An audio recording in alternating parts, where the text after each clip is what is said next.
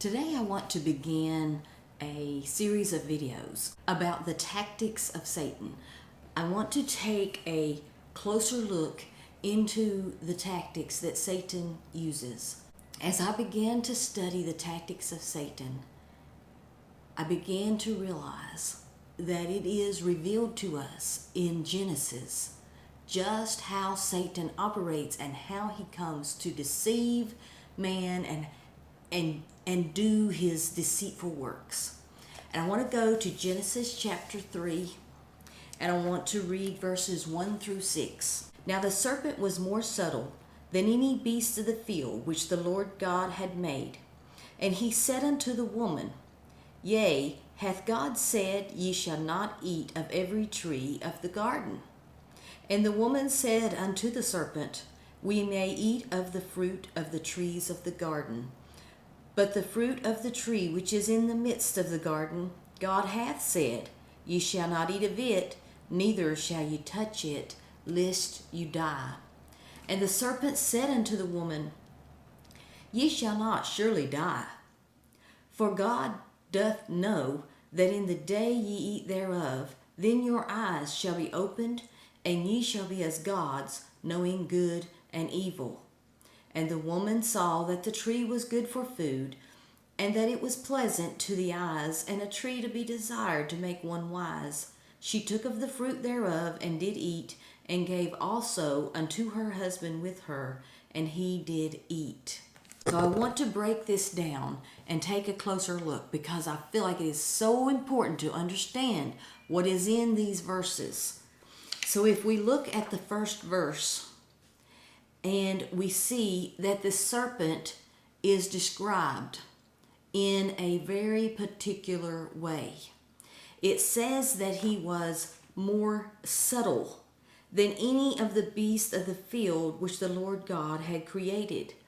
It's important that we understand this and what it means, because it will give us insight into the tactics that he used to deceive the woman. So subtle means cunning in a bad sense, deceptive and clever, concealing one's aim. So he's cunning. He's a very cunning creature. You really don't know his true motive. He was very good at it. He was no amateur. He was better than any of the other beasts that God had created when it come to being subtle. And then I want to look at what the serpent said to the woman. He said, Yea, hath God said. Now that word yea means indeed. Indeed, hath God said. In other words, he is agreeing with the woman. He knows the woman knows this. He wants her to know he knows it and that they agree on it. Right? It's like saying, right, God has said you cannot eat of all the trees. Isn't that right?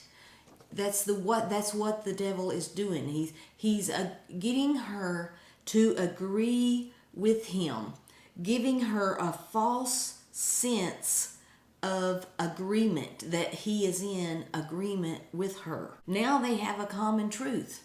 He knows that God said you should not eat of all the trees, that tree you can't eat of. And she knows this. They have something in common. This gave the woman the feeling that she could trust the serpent, because he knows what she knows. And now the woman listens to what the serpent has to say with a sense of trust, because she understands that he has some knowledge about the subject matter. He knows what she knows, and apparently he knows more. So now that the serpent has her confidence, making her feel comfortable with him, and that is just what the devil does.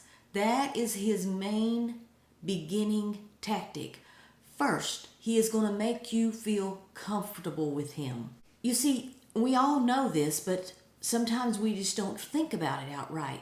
That the devil is never going to come at you in such a way that you know that it's evil, it disgusts you, you know it's bad, you know it's wrong, you're going to immediately turn away. He's not going to come at you like that. First, he is going to entice you by making you feel comfortable with him.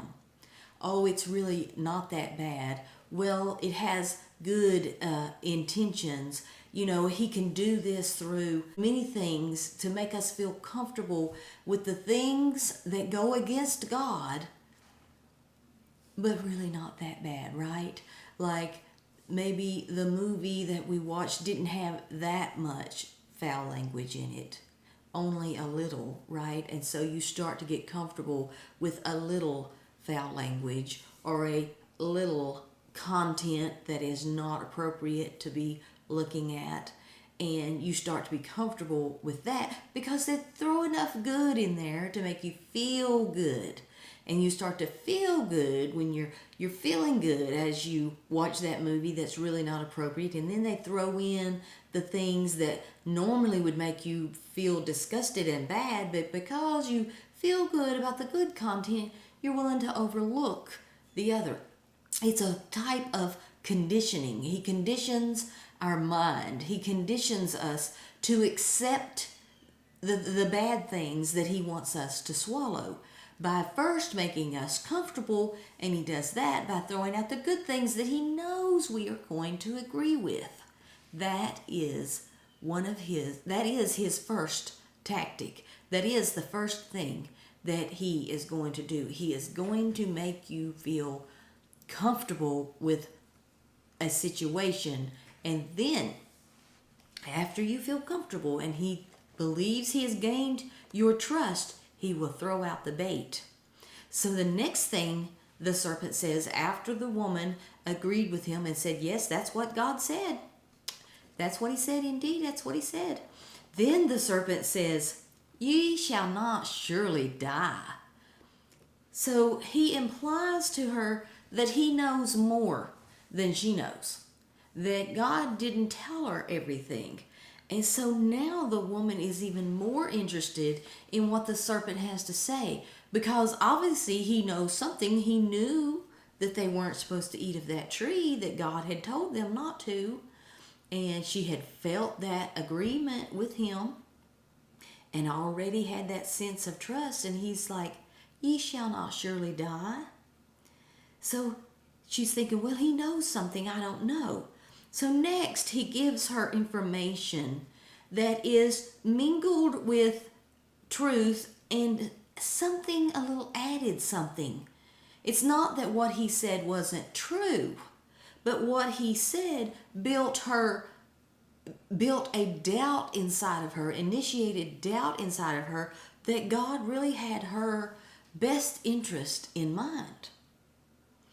He was sowing a seed in her heart, a desire, a thought to believe that God was not looking out for her best interest, that God knew more than he was telling her. He was holding out because he wanted to keep her beneath him.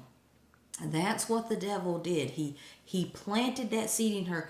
That is the seed of ascension, the same desire that Satan had in Isaiah 14 when he decided in his heart that he was going to ascend above the throne and he was going to be like God.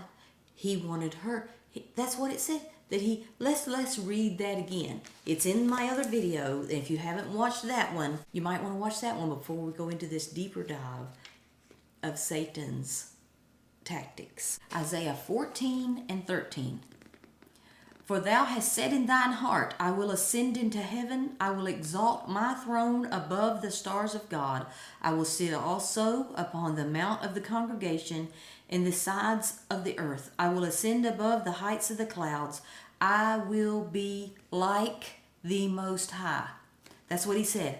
I will be like the Most High. And if we go back over to Genesis chapter 3 and verse 5, he says, for God doth know that in the day ye eat thereof, your eyes shall be opened, and ye shall be as gods, knowing good and evil. See, it's the same tactic. He planted that desire in her, just as he had, because he knew that it would entice her to go against what God has said. So now he has the woman thinking she can become like God, knowing all that God knows. The very moment we start to think anything that goes against what God has commanded us, what God has told us, the very moment we think that thing is going to bring us some good and not harm, then we have determined in our heart to ascend above God. And you know what happened to Satan when he tried to do that? He was cast out of heaven and eternally lost. So tune in tomorrow, or whenever I get the next video out, hopefully it'll be tomorrow, about what is the next tactic that Satan uses. God bless. Bye-bye.